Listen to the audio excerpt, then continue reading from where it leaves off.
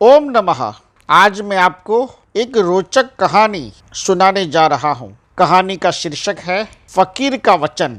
एक बार की बात है, छज्जूमल जी हलवाई का बड़ा बेटा बड़ी गहरी बीमारी से ग्रस्त हो गया।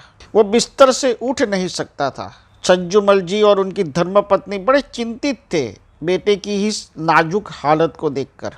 छज्जूमल जी धनी थे। उन्होंने दूर गांव से, नगरों से वैद्यों और हकीमों को बुलाया, दवा पे बड़ा पैसा खर्च किया, लेकिन कोई भी वैद्य और हकीम छज्जूमल जी के बेटे को बिस्तर से खड़ा न कर सका। छज्जूमल जी और उनकी पत्नी बहुत दुखी थे। ऐसे में उनका एक संबंधी, निकट का स्नेही छज्जूमल जी के बेटे की हाल पूछने के लिए आया। उसने छज्जूमल जी को कहा कि अगर आपको विश्वास हो तो मैं आपको एक फकीर के बारे में बताना चाहता हूँ। यहाँ से 4 गांव छोड़कर एक छोटा सा गांव है, कम आबादी वाला गांव है। वहाँ एक फकीर रहता है। मैंने सुना है कि वो फकीर से मुंह से बात जो निकल जाती है, उसके आशीर्वाद की वर्षा हो जाती है तो बिगड़े काम बन जाते हैं। आपका बेटा उनके आशीर्वाद को प्राप्त कर लेगा तो वो उठ खड़ा होगा। छज्जूमल जी ने देखा कि बेटे की हालत तो ऐसी है नहीं कि मैं उसे उस फकीर तक ले जाऊं। उन्होंने अपनी धर्मपत्नी से कहा कि मैं ही चला जाता हूं, फकीर से मिलता हूं, हो सकता है ईश्वर की यही मर्जी हो।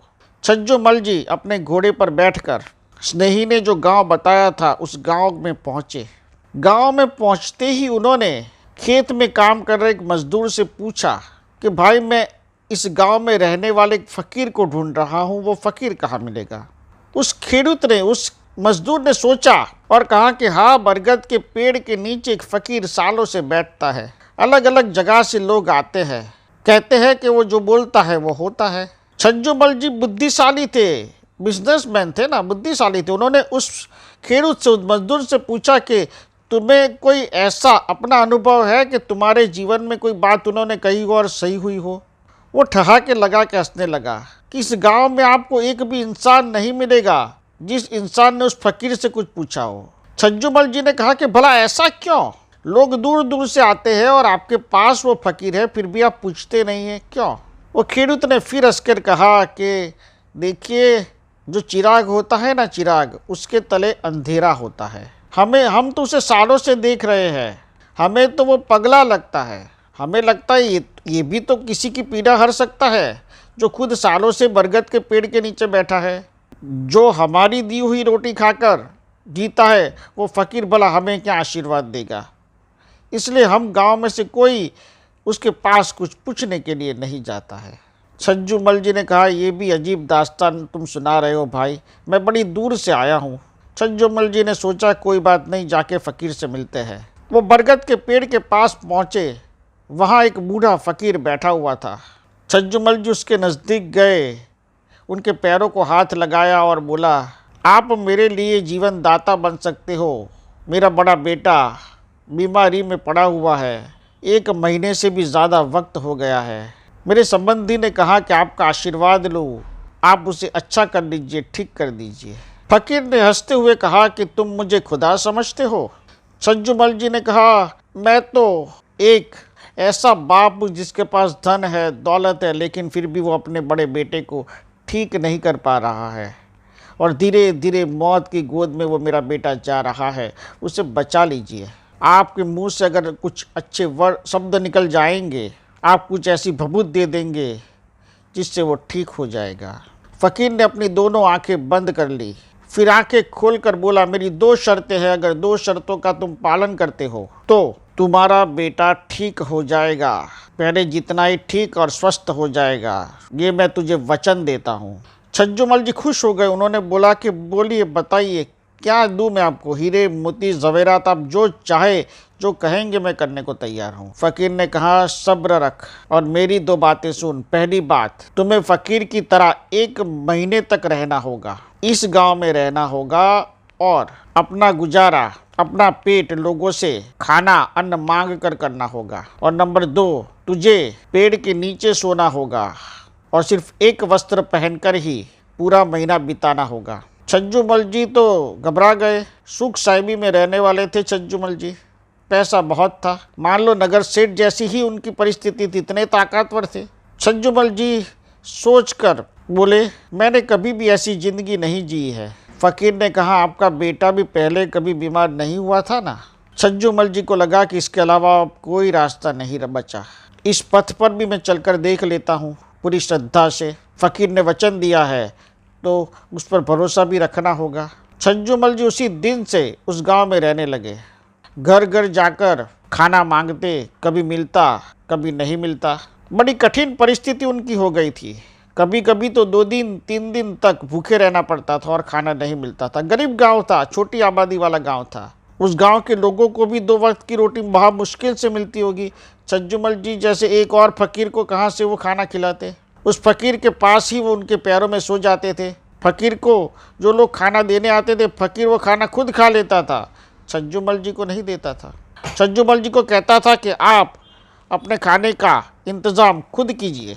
आपको घर घर जाना है। जिस दिन आपकी तकदीर खुली उस दिन आपको खाना मिलेगा, जिस दिन आपकी तकदीर सोई उस दिन आपको खाना नहीं मिलेगा। बारिश का मौसम था। पेड़ के नीचे सोने के बावजूद बारिश रोज गीला कर जाती थी। छज्जूमल जी को नींद भी नहीं आती थी, भरपेट खाना नहीं मिलता था। और वो फकीर, उसे कभी भी खाना मिलता था, 2-3 दिन उसे भी खाना नहीं मिलता था, लेकिन वो मस्त रहता था। खाना मिलता था तो भी ऊपर वाले का शुक्रिया अदा करता था, नहीं मिलता था तो भी शुक्रिया अदा करता था। ऐसे करके करके करके 1 महीना बीत गया। छज्जूमल जी ने फकीर से चरणों में सिर रखकर गांव जाने की आज्ञा मांगी। उनकी आंखों में प्रश्न था। फकीर ने वो प्रश्न पढ़ लिया। फकीर ने कहा, जाओ, तुम घर जाओगे तो तुम्हारा बेटा तुम्हें स्वस्थ मिलेगा, क्योंकि तुमने इस 30 दिनों में बारिश को सहा है, भूख को सहा है। तूने हमेशा अपने बेटे की अच्छाई के लिए कामना की है। मैंने तुम्हें जो भी बताया, जो भी कार्य बताए, जो भी काम मैंने तुझे बताए, मेरे पैर दबाए, तूने सारी ऐसी चीज़ें की जो तूने अपनी ज़िंदगी में कभी नहीं की थी। लेकिन तूने मेरे सारी आज्ञाओं का, मेरे दिए हुए सारे कार्य का और मुझे तुमने जो वचन दिया था उसे तूने उस वचन का निर्वाह किया है। छज्जूमल जी, मेरा वचन मैंने तुम्हें दिया था, अगर मेरे हिसाब से तुम चलोगे तो मेरा वचन है तुम्हारा बेटा ठीक हो जाएगा। छज्जूमल जी ने आशीर्वाद दिए और वो फिर घोड़े पर बैठकर वापस अपने गांव आए। छज्जूमल जी जब घर के आंगन में पहुंचे तो उनका बेटा स्वस्थ होकर बाहर खेल रहा था। छज्जूमल जी के खुशी का ठिकाना नहीं रहा। छज्जूमल जी ने अपनी पत्नी से पूछा, ये कैसे हुआ? उनकी पत्नी ने कहा कि आपके जाने के 15 दिन बाद ही धीरे धीरे करके बेटा पथारी से खड़ा होने लगा था, खाने पीने लगा था और पिछले 5 दिन से तो अब खिलने भी लगा है। पहले ही जैसा वो स्वस्थ हो गया है। छज्जूमल जी ने दोनों हाथ जोड़कर फकीर के चरणों में शीश नमाया। उन्होंने अपनी धर्मपत्नी को कहा कि ये उस फकीर का ही आशीर्वाद है जिनके पास 30 दिन में रहा। किस तरह से रहा कभी मत पूछना, लेकिन उन्होंने मुझे वचन दिया था कि मेरा बेटा स्वस्थ हो जाएगा यदि मैंने उनका कहा माना। मैंने उनकी सारी बातें मानी। जब मैंने उनकी बातें सुनी थी तब मुझे लग रहा था, अरे ऐसी बातों से तो मेरा बेटा थोड़ी ही ठीक होगा, लेकिन उन्होंने जो बताया उस रास्ते पर मुझे चलने से ये चमत्कार मिलेगा वो मैंने सोचा नहीं था। मुझे ये समझ में आ गया है आज कि अगर आप गुरु के वचनों पर विश्वास करके आगे बढ़ते हो, गुरु के शब्दों को अपने जीवन का मार्ग बना लेते हो और उनके बताए मार्ग पर चलते हो, तो तुम्हारा हमेशा से ही अच्छा होता है, और ऐसा अच्छा कि जिसकी कामना कभी आप कर भी नहीं सकते। वैद्य और हकीम जैसे बड़े बड़े जिनके पास दवाइयों का खजाना है, वो मेरे बेटे को ठीक नहीं कर पाए, और उस फकीर के वचन ने मेरे बेटे को ठीक कर दिया। देखा आप लोगों ने, छज्जूमल जी ने जो विश्वास रखा, छज्जूमल जी ने जो भरोसा उस फकीर के वचन पर रखा, ऐसा ही भरोसा अगर आप अपने गुरु के शब्दों पर रखोगे तो आपका जीवन भी सुनहरा हो जाएगा। आपका गुरु किस हालत में है वो मत देखिए, आपका गुरु कितना सक्षम है, कितना सक्षम नहीं है, कितना प्रबल है, कितना प्रबल नहीं है, ये मत देखिए। आप सिर्फ और सिर्फ उसके दिए वचनों पर विश्वास रखिए। उसके वचनों पर, उसके शब्दों पर अगर आप भरोसा रखोगे तो आपके जीवन की नाव पार हो जाएगी। ओमकार का दिव्य चैतन्य और आशीर्वाद आप पर बना रहे, ऐसा मेरा आशीर्वाद है। ओम नमः, ओम नमः, ओम नमः। सद्गुरु ओम ऋषि प्रितेश भाई यूट्यूब चैनल पे सब्सक्राइब कीजिए, बेल आइकॉन दबाएं और आने वाले लेटेस्ट वीडियो आप देख सकते हो।